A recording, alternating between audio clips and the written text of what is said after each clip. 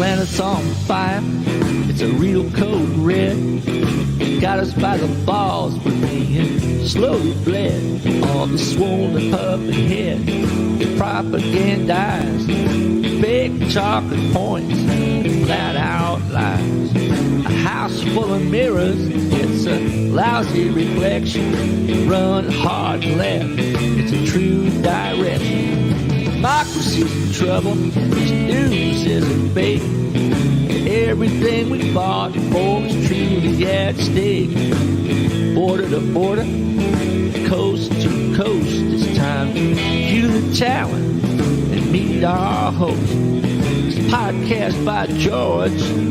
All right, folks, it's showtime.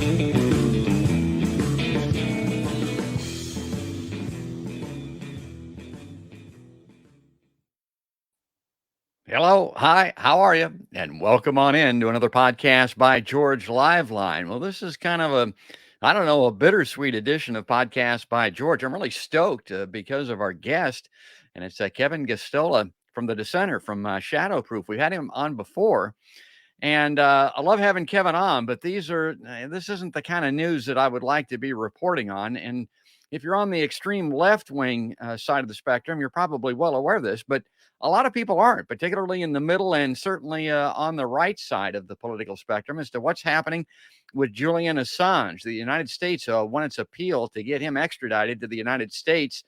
It's kind of complicated in some respects, and others it's not so complicated. But let's do a little bio here for Kevin. I want to bring him in. Kevin Gozstola is managing editor of shadowproof.com. Shadowproof is a press organization driven to expose systemic abuses of power in business and government, while developing a model for independent journalism that supports a diverse range of young freelance writers and contributors. And God, do we need that now, particularly for marginalized communities. They believe citizen actions such as boycotts and strikes are what cause real change and are committed to covering that. It does not believe a change for the better will come from a constant barrage of electoral politics and political horse race analysis. Kevin curates the Dissenter newsletter. He's the host of Dissenter Weekly, and he's the co-host of the podcast Unauthorized Disclosure. So let's bring that down and let's bring him in. Kevin, welcome on in to Podcast by George. Pal, welcome back. Thank you. That was a good introduction. I appreciate it. Well, it needs to be said, and we need to get some movement, some action this way. And every time I think we're maybe starting to claw our ways, out of this hole that we're in, something like the news from London comes down this, I don't know what, I know you were up in the early morning hours. Was that Saturday or Friday? When was that? It feels like a long time ago because there's been a lot to chew over for the last 3 days, but it was only Friday morning, and it was up at about 3:30, 4 a.m. I'm in Chicago. You're talking to me from Chicago.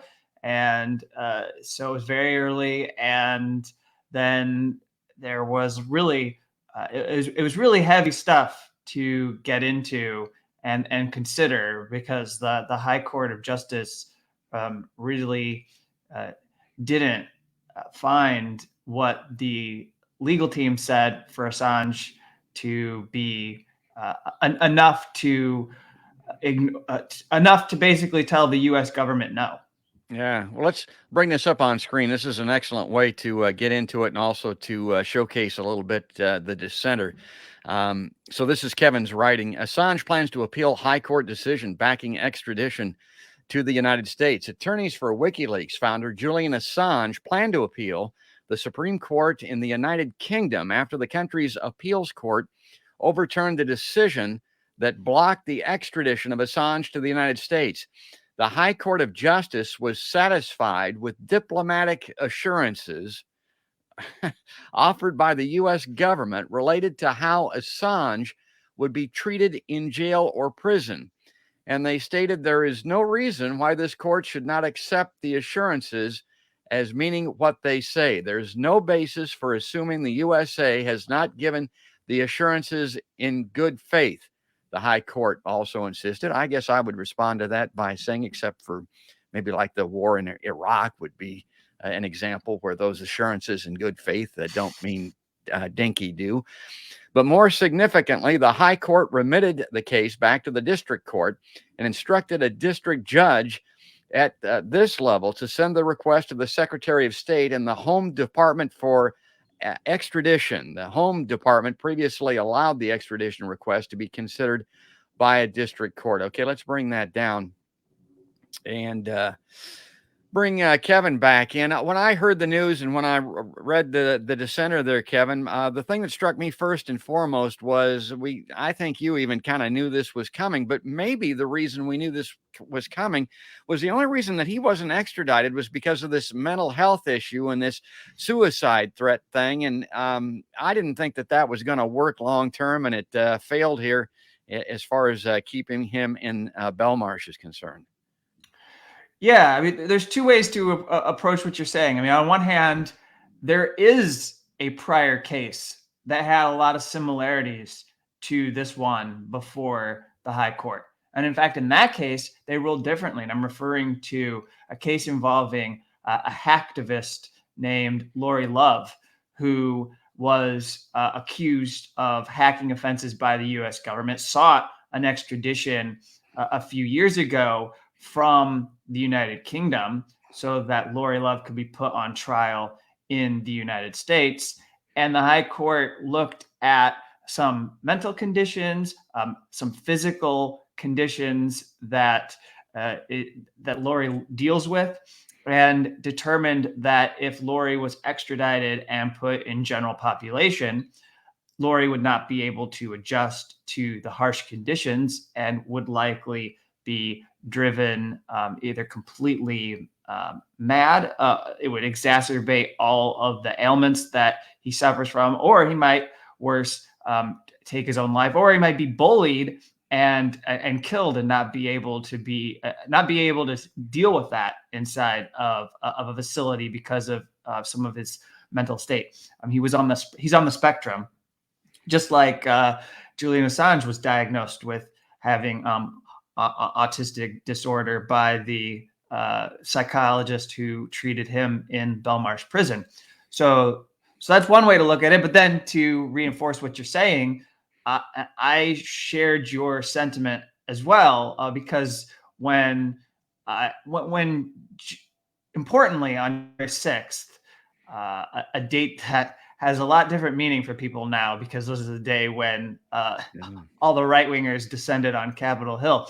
But for Julian Assange, that was the day, 2 days after he won the extradition case at the district level, that the judge turned around and denied him bail and would not allow Julian Assange out of Belmarsh to be in home confinement while this appeal unfolded.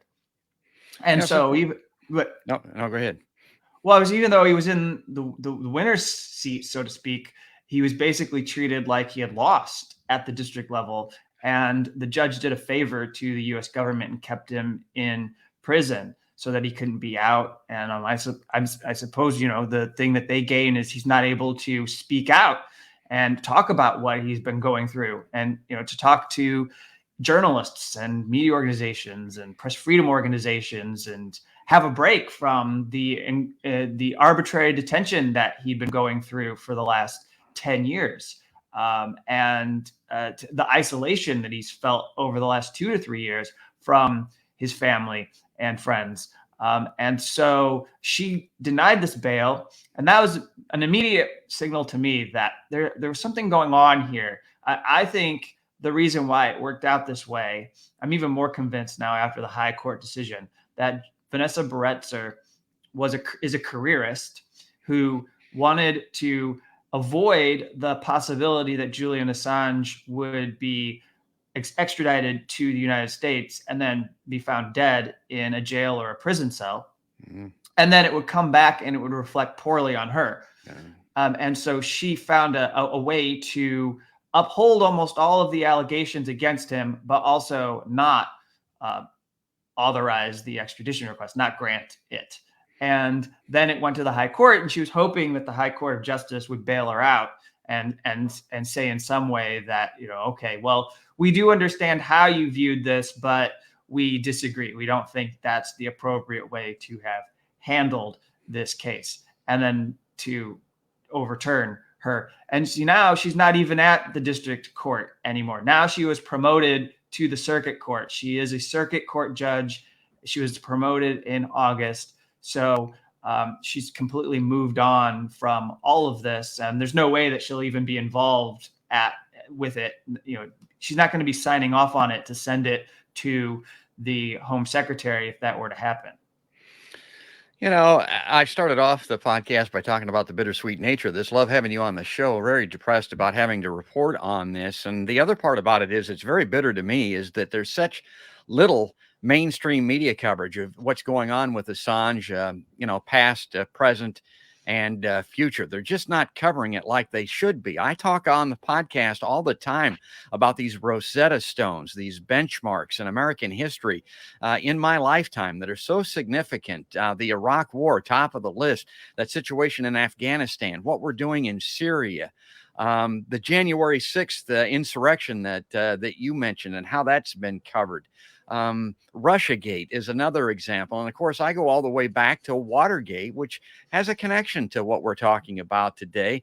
And even prior to that, for me, was the Kennedy assassination. But I got to tell you something, Kevin, I'm really kind of depressed because not only do people not seem to be interested in this, they seem to be purposely disinterested, unaware. They simply want Julian Assange I think, punished because of his foray into the realm of Democratic DNC politics by revealing those emails that went to Hillary Clinton. And of course, most of my viewers are going to be on the Democratic side of the political parties. And they've got it out for Assange for that reason. And I'm seeing some very clear evidence of that. I wanted to, at the top here, ask you again, because it has to do with this lack of coverage. I heard, stuff in the ether about the fact that Assange had a stroke or something here just in the past. Yeah. And of course, no coverage of this in mainstream media at all. Can you update that? Yeah. Let me address the issue of the stroke, but I think you raise all of these points in our own U.S. history that I think are a part of a continuum.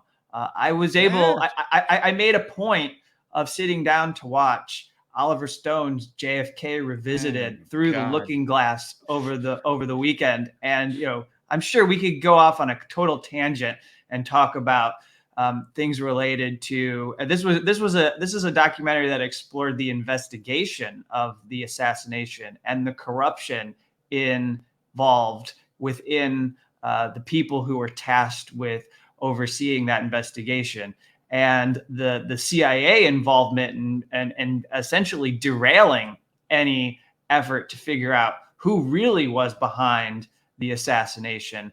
And so you look at that and you look at the secrecy, you look at the documents that people fought to get released in the 1990s.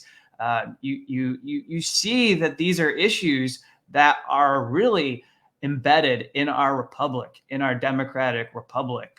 And I hear you complaining about the lack of mainstream media coverage, but also we have a problem of mainstream media coverage that in the few examples that we have from the last week of, let's say, MSNBC's Morning Joe deciding I'm going to play it. Let me save it. Let's save it.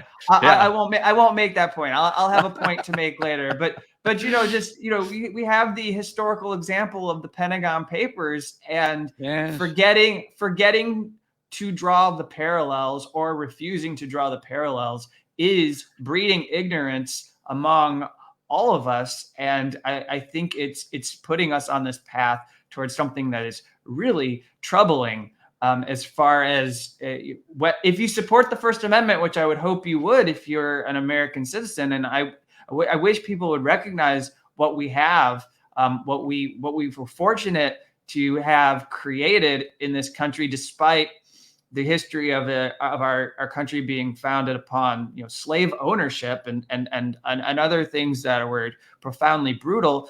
The colonists at least recognized that they needed to have entrenched in a constitution protections for freedom of expression and freedom of the press that don't exist in the United Kingdom. I mean, we're able to sit here and do far more in our professional and personal lives that is scrutinized and can be interfered with by the British government, and far more regulated and controlled. And so, to say to what you were raising there, we had this article from the Daily Mail, which is a tabloid in the UK. And at first, I think there were several who were skeptical about whether Julian Assange had truly had a stroke. But the source of the information was coming from Stella Morris, who is his fiance, and hopefully will soon be his wife. They will likely be able to have some kind of a marriage in prison so that he can make this formal. But the United Kingdom was planning to fight Julian Assange and prevent him from being able to marry in prison, which is just another awful wrinkle to this saga, to deprive somebody of the chance to form ties with someone they love, which is crucial, especially when you're incarcerated, to have that kind of a bond so that you don't feel like committing suicide and ending your life. But he had a stroke, a mini stroke, on October 27th, which was the first day of the appeal hearing that took place, which is, we just had the decision based upon what was discussed then during that hearing. And I saw him. I was logged on to the video feed, doing what I've been doing, covering this remotely from the US, and could see him. He was brought into a video room where he was allowed to observe the proceedings. He did not want to be brought to the video room. He was not feeling well. There's a few mixed messages from his legal team, but what is very clear is that he was not well, and he eventually left the room. He did not stay in the room that day. And then the second day of the proceedings, we did not see Assange, and we did not really have any idea of why we didn't see Assange. He just was not present. And so now we know that he had this happen, and he received an MRI. He's now taking anti-stroke medication. We don't know exactly how severe it is. Stellar to a drooping eyelid, whether that's permanent or something that he'll be able to recover. There was apparently maybe some damage to his memory. Again, if there's any therapy that can be done to recover, we'll have to see. But he's a 50-year-old person who's gone through conditions that most people never, ever have to endure or survive. And it can take quite a toll on you, just based on what we know about the impact of solitary confinement on individuals. He's been in conditions that can do lasting damage. And when we're talking about his detention, we include the time in the Ecuador embassy, because he was not allowed freedom of movement. He was kept inside, it's really like a small size apartment, and he didn't have really good access to sunlight. He very rarely was outside, and most of any kind of exercise he did was confined to like a single room. Like maybe he could have a treadmill, but there's not a whole lot that you can do. In some ways, you could say that he was more limited than being in prison, because at least in prison, you have an area for recreation in which you can go out and be for several hours, and then you can come back inside. But he didn't have that in the Ecuador, and he didn't have access to medical care. He lacked care for toothaches that he was suffering, and other conditions.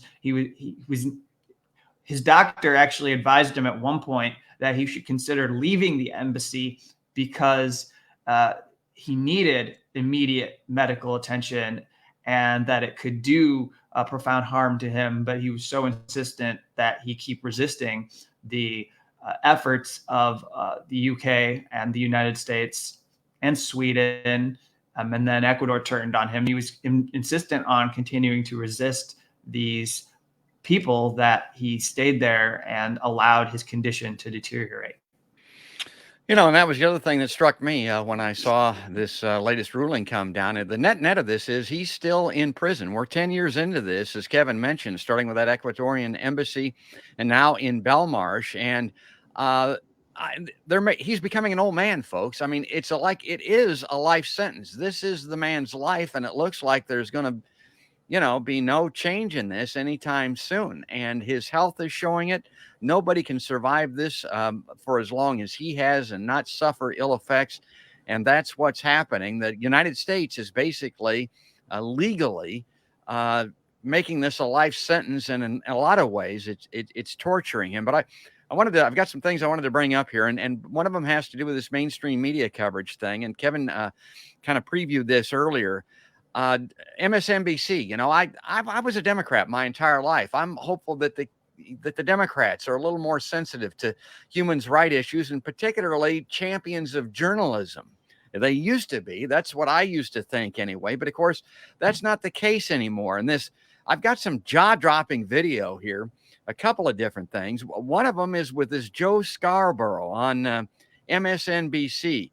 This guy is a daytime host. He's extremely popular. You may think that he's not that significant, but he speaks right to the heart of the Democratic Party because it's the older people that are at home. I think his demographic is probably largely female. They love this guy.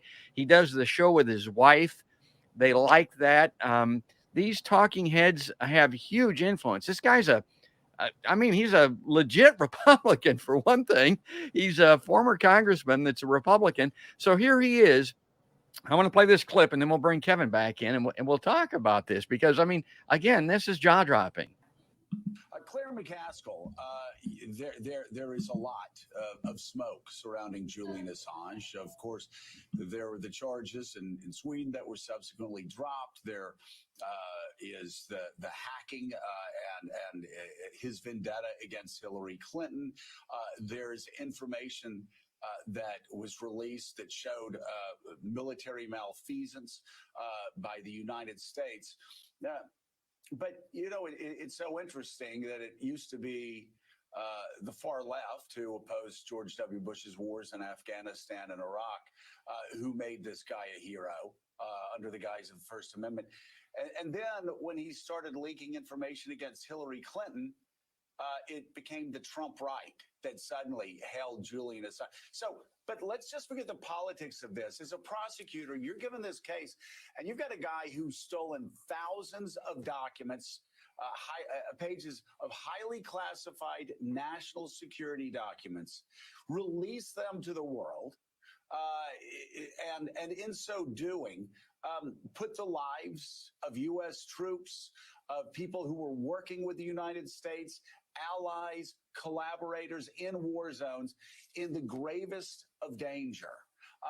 Under any scenario, you take politics out of it, and this is an open and shut case. This is not the Pentagon Papers. This wasn't Times editors rifling through documents, figuring out what could be released and what couldn't be released and explaining it. This was a guy that got stolen documents and gave it to the world.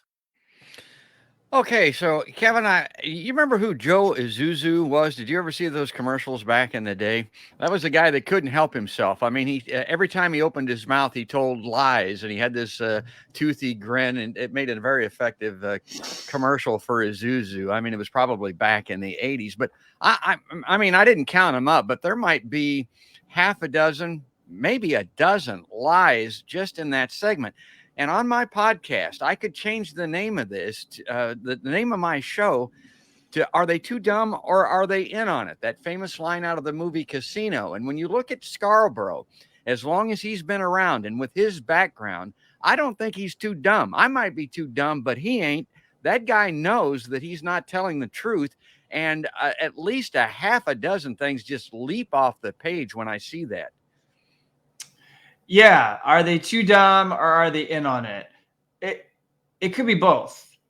I'll just put that out there, that it's possible that they don't know, they don't care to know, they don't want to know, and then they have their own contempt and they dislike Julian Assange. So they're willing to say and fill whatever airtime. You remember, these aren't journalists. as much as they may think that they are part of the media and they're doing something honorable, they're really there to provide entertainment and fill airtime during this hour segment. And they cover the news, they talk about news, they definitely discuss politics, but when you're putting together a show, the producers are just going to get people who they believe are engaging and that their audience wants to watch. And they're going to stay away from certain topics that will upset their viewers. I mean, when they have to cover breaking news that they know people who watch them, like they're liberal or they're Democratic viewers, that then, for example, like the Assange case, they are filtering it in a way so that they can deal with the anticipation that people who are watching MSNBC don't like Julian Assange. So they want to reinforce that dislike rather than give people the truth about Julian Assange, rather than talk about what's really going on in this case and why it is of importance. They really are treating their viewers like children and saying, we're afraid that you're not going to like our corporate news program anymore if we say to you what is actually going on. I mean, again, this isn't really this doesn't apply to Joe Scarborough because he's not someone who I think could ever treat this in good faith. But let's say we had an anchor who was willing to be neutral. That person has to spend their entire segment on Assange giving lip service to a lot of the character assassination that has been out there because their audience is going to revolt against them if they do a 100% positive, sympathetic segment on Assange. So the half dozen or so lies that jump out immediately is that he's repeating things like stolen documents. Yeah. Julian Assange didn't steal any documents. He's the receiver. He receives the documents. He publishes the documents. He's a journalist who had these come in through a submission system, and he published those, and everyone benefited from going through those documents, including the New York Times and the Washington Post, who send guests to appear on Morning Joe. But that to me is like the first and foremost biggest thing that jumps out. We also hear him say at one point in the same clip that it's not like the Pentagon Papers, and exactly. It's exactly like and in fact, if you want to do a segment while he is still around, while we still have him, have Daniel Ellsberg on your show, Joe Scarborough. He's willing and able, and still very lucid at 90 years old, and you can have him come share his wisdom, and he'll tell you it directly compares. In fact, PBS, I was pointing out to people that PBS showed his documentary, the documentary about him called The Most Dangerous Man in America. And they put together a feature when they aired this back in it was like 2010, 2011. When they put this together, they compared the Pentagon Papers to the Afghan war logs. And they asked, or they featured a quote from Daniel Ellsberg where he had said that the Pentagon Papers and the Afghan war logs were a lot alike. It suggests that the reality on the ground did not match what the generals and the politicians were saying to the American people. So it really brought him back to that time in Vietnam and those things that motivated him to blow the whistle and reveal the Pentagon Papers. But then also there's the prosecution itself. There's the campaign of harassment and intimidation that came with being prosecuted under the Espionage Act. Daniel Ellsberg had his psychiatrist office broken into. He claims, I actually didn't know this, but he recently said that there was an attempt to assassinate him on the steps of the Capitol. And and similarly, we have this in the Assange case. We have a private security company in Spain named Undercover Global that was collaborating and sending footage, audio and video footage back to the U.S. intelligence agencies, the CIA, we believe, and that they are collecting confidential medical records, that they were collecting attorney-client privileged information, targeting attorneys, going after private conversations that were had with journalists who visited Assange, and targeting family members, trying to figure out the identities of children who visited Assange, doing things that were very gross and vile. And then, as we had detailed by the Yahoo News report, there were sketches of plans by the CIA to kidnap or kill Julian Assange. So the parallels with the Pentagon Papers are real. Yeah, going back to 2013, actually, that Yahoo, which is not exactly a left-wing news outlet. I mean, they're confirming these things that our government is doing behind our backs, and it's becoming, they're not stabbing us in the back any longer. They're stabbing us in the front. I mean, my God, these things are in full frontal view, and I'm just shocked and dismayed that more people aren't taking exception to it. And here's a crucial point in what Scarborough was talking about. And for his demographic and for his audience, this is what really gets to them. He said that Assange put all of these people at risk, that basically he endangered the lives of our diplomats and our military people and all that with that release of that information going back to 2010. Well, that has been proven copacetically, folks, to be untrue. Here we are today, and nobody has died or suffered from that at all. And it's just not, obvious fact. The military itself went on record saying that, no, that was hysteria or hysterical, something like that. Assange didn't endanger anybody, but Scarborough and people like him are using that as the crux for their argument to bring Julian Assange back to this country where he didn't even live, has never operated from, and try him for treason or espionage against a country that he's not a part of. I mean, it's bizarre beyond pale. Yeah. There's a very good clip that's still out there of Secretary of Defense, former Secretary of Defense now, but he was Obama's Secretary of Defense. This is Robert Gates. And he called it significantly overwrought. All these, this hyperventilating that took place after the release and publication of these cables. Everyone was saying, oh, diplomacy is going to come to an end. How are people going to have private conversations about foreign policy matters anymore? How are we going to have discussions with our counterparts? And we're 10 years out from this, and Secretary of Defense Robert Gates was entirely correct to say what he said. And I don't necessarily agree with the way he said it, and I don't want to amplify the very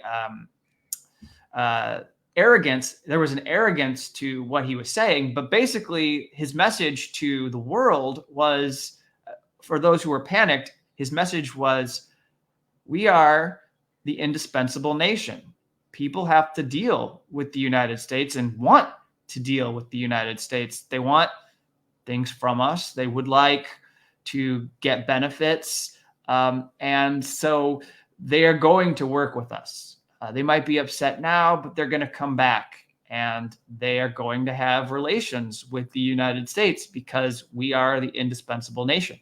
And that's something that Joe Scarborough doesn't recognize, but they're also they're spreading falsehoods about the nature of these war log documents. I just want to make a really quick point here that there were no troop movements or troop locations in the records that were published by WikiLeaks. So, even if that's your concern, because maybe, your former soldier or you're a veteran, or you happen to have family members who were in the military and you take seriously that certain protections should be made so that people who are in the lower ranks are not do not get harmed when there are war crimes revealed or when there are details about the way the U.S. is prosecuting war exposed. These documents were historical. They're an archive that shows things like, where improvised explosive device attacks were taking place.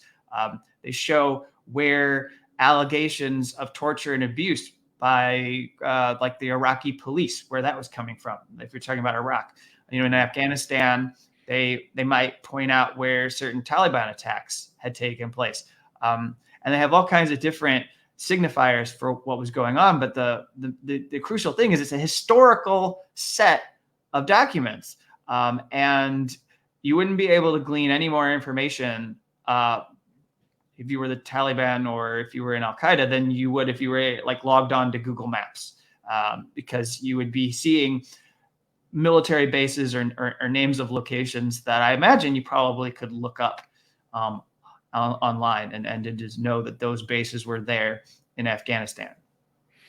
I don't know what the overarching issue is, but you just hit on one of them, and I'm certain of this. There's absolutely no doubt. Assange's information, his publishing didn't harm anyone, but what it did was endangered the fundamentals, the foundation of these secretive covert intelligence agencies. And I think that's got something to do with why the United States is still pursuing him. If people like Assange are able to publish this truth and show that the emperor has no clothes and reveal what's going on backstage with these intelligence agencies, their whole operation ceases to be effective. They can't operate in full view. They have to operate in secret. All these nefarious things that we know about, and there's a lot of them we don't because they're in secret, they have to be done black ops. They got to be done from view. And Assange is shining a light on that stuff, and he did. And they said, man, we got to do something about this guy and punish him severely enough that nobody else wants to take up the mantle. Well, let's go back to that Yahoo News report. Yeah. Mike Pompeo, who was CIA director, a Republican, and one of the most, I think, distressing figures out there in the Republican Party, has indicated that he would like to run for president of the United States. He's been to Iowa. Yeah. Which I think would be really bad if he got, even close to the nomination of the Republican Party. And he was upset and offended by the fact that WikiLeaks got their hands on these materials that described CIA cyber warfare operations that, by the way, were conducted against companies that put out products that are used by all of us, targeting Apple iPhones, trying to plant malware on them, targeting Samsung televisions, trying to compromise the messaging applications that we use, like Signal or WhatsApp. There's a lot of families that talk to each other through WhatsApp, compromising those applications in ways so that they could collect and do surveillance of people that they were targeting. And so this was something that set him off and had him label WikiLeaks as a non-state hostile intelligence agency. And the CIA was committed to redefining what WikiLeaks was as this new kind of media organization, redefine it as a threat to the United States government. And then that allowed for all kinds of tactics to be employed to disrupt WikiLeaks, to go after anyone who they believed was associated. And going forward, then, Mike Pompeo was thinking about this almost every day. The article says that he was obsessed with Julian Assange, and that ultimately led to consideration of, what would it look like if we wanted to assassinate Julian Assange? What would that take? What if we wanted to go into the embassy? They talked about potentially leaving the door, having someone in the embassy leave the door ajar, just, to claim it was a mistake. And then some agents could slip in, snatch Julian Assange out of the embassy and load him onto a plane. And they discussed poisoning Julian Assange. And, it's said that Julian Assange is one of the most surveilled, the second most surveilled person by the U.S. government, the first being the president of the United States himself.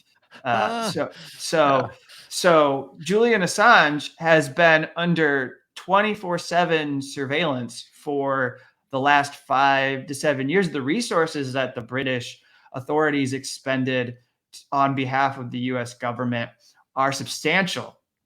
And for those people in the UK, that's the way their government spent some of their money. Their tax money was spent um, targeting this journalist on behalf of the United States. And so, these are things that really should be considered. These are profound issues that say a lot about the current state of a country that just got done putting on a show and claiming on Human Rights Day and in the Summit for Democracy that they are for all of these ideas and values like freedom of expression and human rights and democracy, and that they support political prisoners, but at the same time they advance this forward, and nobody can believe them. Yeah, what now? I'm going to play that. I'm going to play the clip that Kevin is referencing there because, and he doesn't know this, but I was kind of the star of the high school play, I guess. I was in 1984, the play. I've always been interested in Orwell. I've mentioned Orwellian stuff a couple of times here on this show already. Watch this. This is Antony Blinken, the Secretary of State, and this is what Kevin is talking about. And man, if this isn't right out of Orwell, I don't know what is. I mean, this is really, again, even more so than the Scarborough piece. This is just jaw-dropping. Watch this. Your reporting plays an indispensable role in informing the public, holding governments accountable, and telling stories that otherwise would not be told, all of which is critical to the health of democracies like ours. And yet, as we all know, for too many journalists, doing this work means having to endure threats, harassment, attacks. According to the Committee to Protect Journalists, 23 journalists have been killed for their work in 2021, and scores more have been attacked. More than 350 journalists are currently being imprisoned in connection to their work, according to Reporters Without Borders. Of course, these aren't the only ways press freedom is under assault. Governments are using libel, defamation, and counterterrorism laws to go after reporters who shine a spotlight on corruption and abuse. My God. I mean, that's just unbelievable. This is a guy whose government, and they always do that. State Department speaks out of one side of its mouth, and then the DOJ speaks out of the other side, and they don't want to seem to cross paths very much. But my God, I mean, this guy is talking about exactly what we're doing to Julian Assange, and he references Reporters Without Borders. They've come out and lambasted the United States, lambasted, whatever that word is, for their treatment of Assange. And I don't know, that's kind of hard to believe. And so has the Committee to Protect Journalists, both of those organizations. That's the thing that's remarkable. These organizations that were there, nonprofit organizations or civil society organizations, however you want to refer to them, who supported a Summit for Democracy because they do care reasonably about these issues. Now, we can quibble. I've objected to some of them and their attitudes. Some of them can be very accommodating towards regime change operations that the U.S. government tends to plot, and they'll oftentimes be on the side reinforcing narratives that I would oppose. But let's set that aside for the moment. They were part of this Summit for Democracy, and yet the U.S. government doesn't feel any hesitation. They don't feel any need to deal with their concerns. In fact, I don't think they're willing to recognize the concerns that Reporters Without Borders or the Committee to Protect Journalists has on the Assange case. And to me, this all leads to, so we started by talking about when we talk about Joe Scarborough and that segment, you said, are they stupid or are they in on it? Yes. I know, are they being hypocrites, or is it something worse? Is it something far more brazen?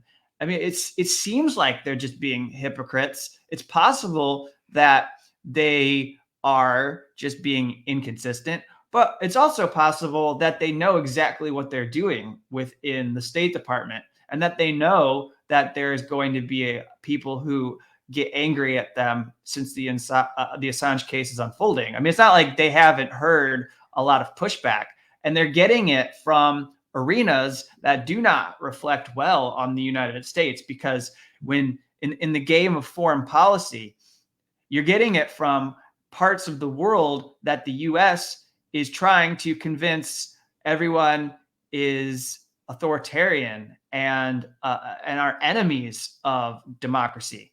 So like you'll have Chinese government ministers that will invoke the Assange case, and then they'll say, well, we don't have to listen to the US complain about our press freedom problems in our country because they are jailing Julian Assange.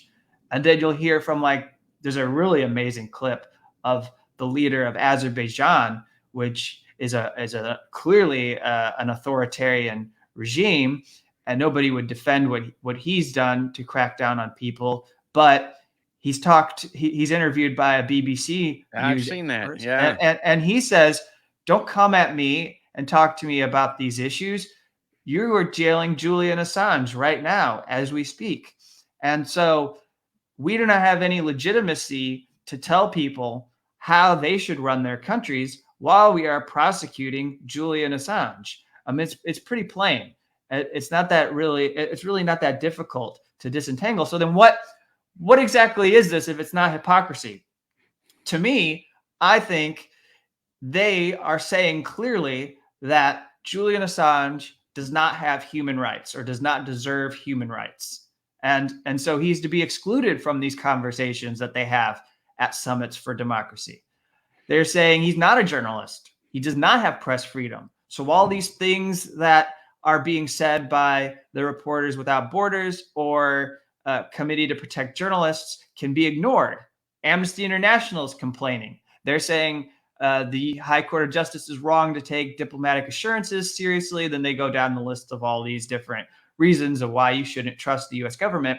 And the U.S. government says, well, we don't have to listen to Amnesty International. This isn't about a journalist. This is about somebody who was involved in hacking. And obviously, this is all false. This is not reality, but this is the way I believe that they treat these groups that are saying important things in their objections to the Assange case. Well, I would say this, not only is Julian Assange a journalist, to me, he's the pinnacle of journalism. This is kind of the top tier of journalism where you're exposing these international secrets and keeping people from going to war. I mean, right on down to your local school board. And by the way, the guy that covers your local school board is probably more of a journalist than Joe Scarborough or Rachel Maddow or Sean Hannity or any of those people are. That's what we should be aspiring to as journalists. It's the fourth estate. We need that oversight, that overview. We need people revealing this. And as an example, going back to my childhood, basically talking about the Vietnam War, suppose that Julian Assange had been around back then. Let's flip the timeline a little bit and say that he had revealed what was actually getting us into that war before it happened. What would the net result of that be? Well, it would be 50 to 60,000 American boys not in the ground, possibly because of efforts by people like Julian Assange. That has to be protected. That has to be secure. And everything that I've seen here is such a black cloud the past week or so, Kevin. I want to bring this comment up on screen here because we've got some comments coming in from viewers. I always like to get to these, and this is maybe a silver lining to the black cloud, but it's hard for me to even get there this week. But Julian Assange taught me a new way of thinking, and that hearing the truth is a human right. Well, you were talking about human rights. That's really well stated. Yeah. Oh, he's said some really profound things. You know, he has a history of speaking out against wars. And one of the things that supporters like to repeat that he said, I'm going to probably butcher the quote, but essentially he said something to the effect of that, you know, if wars can be started on lies, then peace can be started by truth. Peace can be started by spreading truth. And that's what he was seeking to do with the WikiLeaks organization. That was his motivation for publishing the documents from Chelsea Manning and then continuing to publish other documents. You know, when you look at the WikiLeaks organization, what they have been focused on I think you could probably break things into a few categories. We have the documents that expose wars. We have the documents that expose surveillance and expose governments, including regimes that the U.S. has sometimes been very aggressive in opposing, but exposing emails from their government officials and showing the world, what they were doing in their discussions, exposing groups that are committed to hacking and going and compromising the privacy of activists and other people.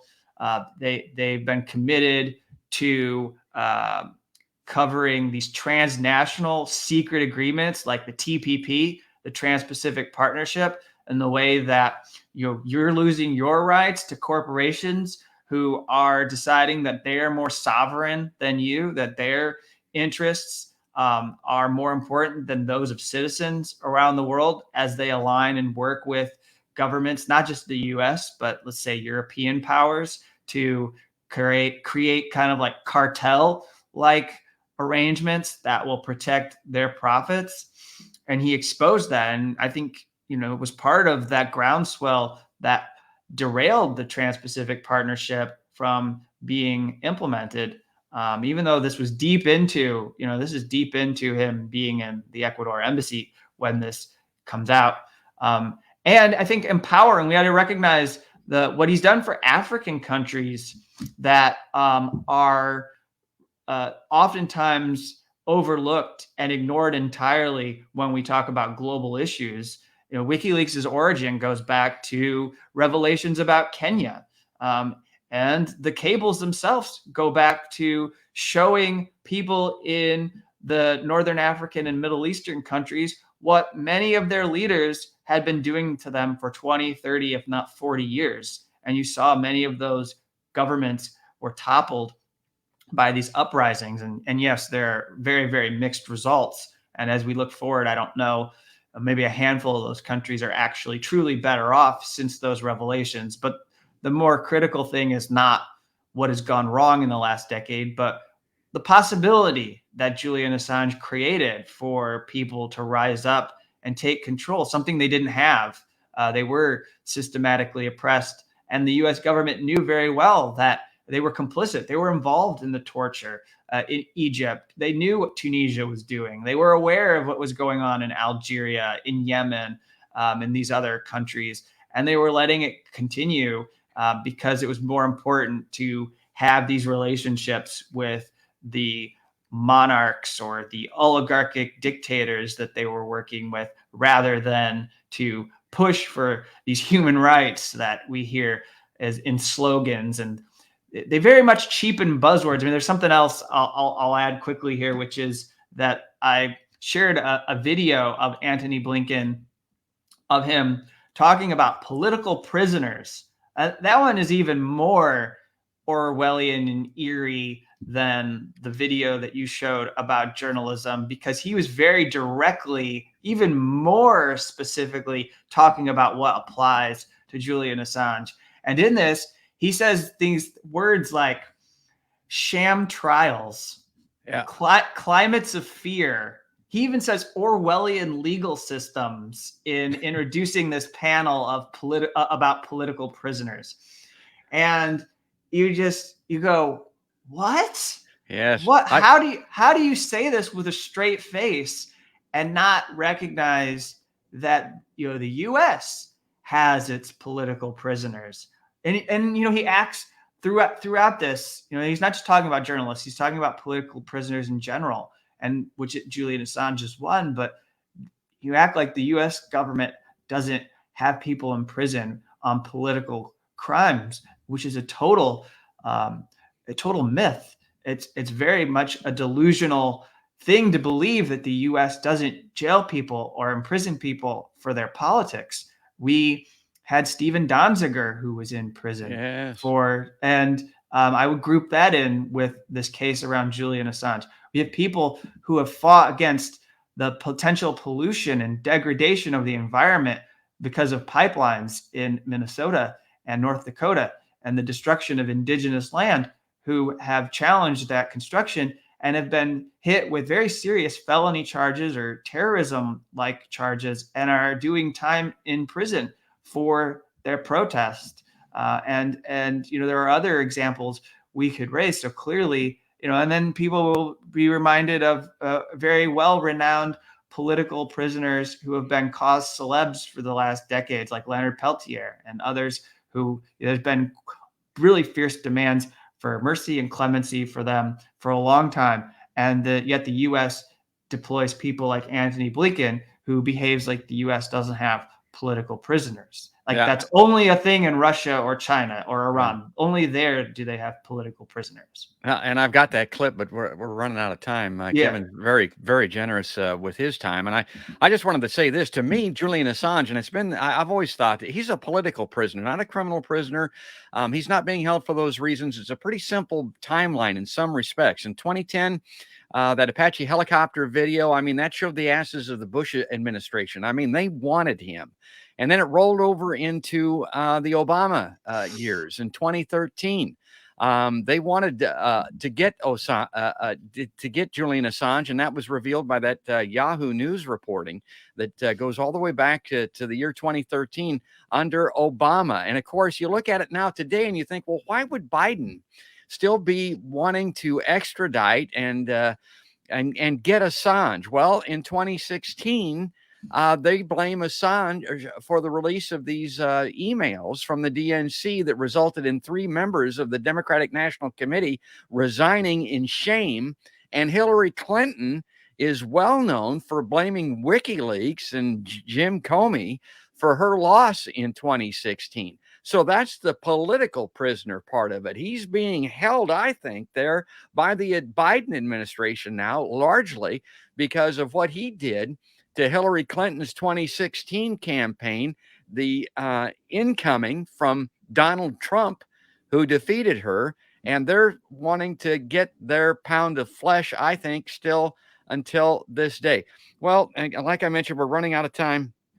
Kevin, just quickly here. Now, here's what I think is going to happen, and you can wrap this up and contradict. They're going to mess around with this in the English courts. It's going to end up, he's going to come back to the United States. He's going to be tried. He's going to be convicted. If he doesn't die of torture and of old age, the United States, I think, is promising that if he's convicted over here, they'll send him back to Australia, which, sounds good in some respects, but Australia's got kind of a kooky government as well, and that he'll die an old man in Australia. I mean, this is all very speculative, but what do you think is going to happen? Well, for one, the Australia aspect, whether he would serve a sentence if he was convicted in Australia, is not entirely reported on accurately, because all the U.S. government has said is that they will allow Julian Assange to apply for a prisoner transfer. They didn't say they would grant that application. And there's a prior case involving someone in Spain who was accused of drug trafficking. And in order for him to be extradited to the U.S., the Spanish court had the U.S. government agree to a prisoner transfer, and the language was written, but they didn't spend enough energy looking at the weasel words that were in there, because they denied applications by this person multiple times and came back and said, listen, we didn't violate our assurance. We only said we would allow you to apply under the treaty for a transfer back to Spain. So, he eventually did get out of the United States and get back to Spain. But this could happen to Julian Assange. He could make really good, solid applications to the U.S. government that are rejected despite what they told the UK courts. I'll say in closing, everything you say is very bleak and grim. Yeah. But I think people can change it. I do believe that people can change it. I don't think all of that has to happen. That does not have to be Julian Assange's fate. There are steps that people can take to amplify the pressure. And there are ways in which we can think about this case that are going to be very useful to convincing some Democrats, I believe, that they need to do much more, that they need to be far more concerned. And let me just hit on one quote from a very good article that was, they've had a very mixed and spotty record when it comes to defending Julian Assange. You could say they've actually been hostile and on the other side. But the Sydney Morning Herald in Australia, a newspaper from Julian Assange's home country, put out a editorial on December 12th under the headline, "Assange's legal torment has lasted long enough." Yeah. And something that they say while they're outlining all of this is that they refer back to what happened with Donald Trump and the rise of right-wing forces in the United States. And they mention that, let's see, I'm just trying to get, okay. So this is the important paragraph that I want to read in conclusion here in wrapping up the show. And again, thank you for having me. It's been really good to talk with you. "The British judge's decision was based on, quote unquote, solemn undertakings from the U.S. government that Mr. Assange would not be held in solitary confinement and, if convicted, could serve his sentence in Australia. Whether such undertakings survive another political upheaval in the U.S. and a possible second Trump administration is open to question." And I just want to communicate for the progressives who watch your show, for the people who vote Democrat, that we never know when there won't be a Democrat in the White House. You never know when it could be somebody like Mike Pompeo, or it could be another Republican voice that we haven't met yet. Another person who fashions themselves like the next Trump who wants to run this country.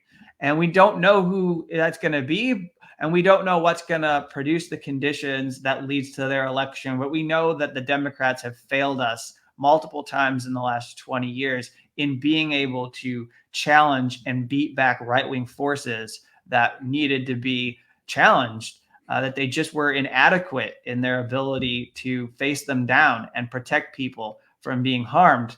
And that they triumphed and they got into power, and then they were able to do damage. And we see right now the prosecution of Assange, but we can imagine that maybe the next Republican president won't want to be so accommodating to the New York Times and the Washington Post, given the history of what happened under Trump, where those newspapers spent most of Donald Trump's presidency investigating him and trying to uncover dirt. And they were pretty hostile. CNN was pretty hostile to Donald Trump. As you can imagine, a Republican president saying, we need to crack down on the press. And they may not stop with people like Julian Assange. They may say, we want to single out national security reporters at the New York Times or the Washington Post. And hey, we've got this blueprint that we used against Julian Assange. The law is the law is the law. It applies to everyone. You know, the thing is, if something happens that's a legal precedent, it can be used against very good and decent people. Yes. It can be used against racists, white supremacists, or it can be used at total jerks who you hate and despise and do not ever want to see on your television. But by making it possible for them to be prosecuted, we are allowing the erosion of freedom and certain things that make our democracy what we would like it to be, or at least give us the possibility to keep working towards the democracy that we would like it to be. So I think people need to really consider. I'm not trying to like scare people unnecessarily, but to say that this isn't just about Julian Assange. I really want to save him. I don't think he should die in prison, but he's an older man, and at some point, he's just not going to be part of the picture anymore. 10 or 20 years from now, when we've moved on from Julian Assange, where do we want to be as a country? Do we want to have sat by and allowed this to take place and then know that there are another half dozen or so cases that have been brought against journalists at that time? Because that's what happened in the war on whistleblowers. Excuse me. They started with people who were leaking information to the press under this happened under George W. Bush and then President Barack Obama. And everyone thought, oh, it's just going to stop. It's just going to stop with the people who receive the documents. It's not going to go to journalists. But now they've gone to journalists. And what do they do next? They're going to just keep moving and moving. It's the mission creep. Anybody who's really familiar with war understands mission creep. And we've got mission creep in these prosecutions against journalists under the Espionage Act. My God, that's a great close, Kevin. I mean, that's well said. And you said you don't want to scare us, but we're well on our way. And if you don't think so, just remember and look up those film clips. That one was Scarborough. That guy's a representative of the fourth estate, supposedly, in this country. That's what we've become. And then that Anthony Blinken stuff. My God, I've never seen anything like that, I don't think. But anyway, I always wonder how I'm going to wrap up. Let me. Well, you thought after Mike Pompeo maybe we'd get a break, Yes. and Anthony Blinken hasn't given us much of one. No, it just continues on. I'm going to close here with a comment from a viewer.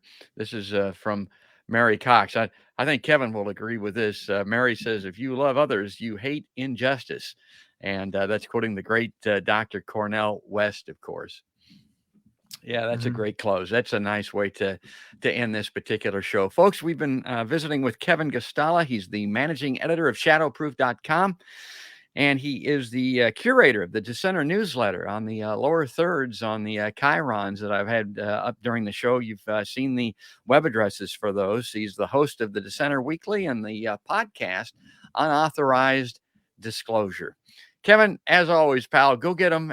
You're doing great work. And as always, thanks for coming on another podcast by George Liveline. No, it was a pleasure to spend some time with you, even though it's a bleak subject. It is a bleak subject. Yeah. Wish you all the best. And folks, I want to say this. If you like Podcast by George and you saw that on the lower third earlier, go to podcastbygeorge.com. You can pick a platform where you can subscribe. If you just want audio, you just want to listen in your car or on your phone with your earbuds, whatever, go to iTunes or Amazon Music or someplace like that and get the audio versions. And of course, if you like these videos and the film clips that we saw in particular, you can always get those on our Facebook feeds and also on YouTube. But that's going to do it. That's going to wrap it up. That's all there is. And there ain't no more. That's another podcast by George.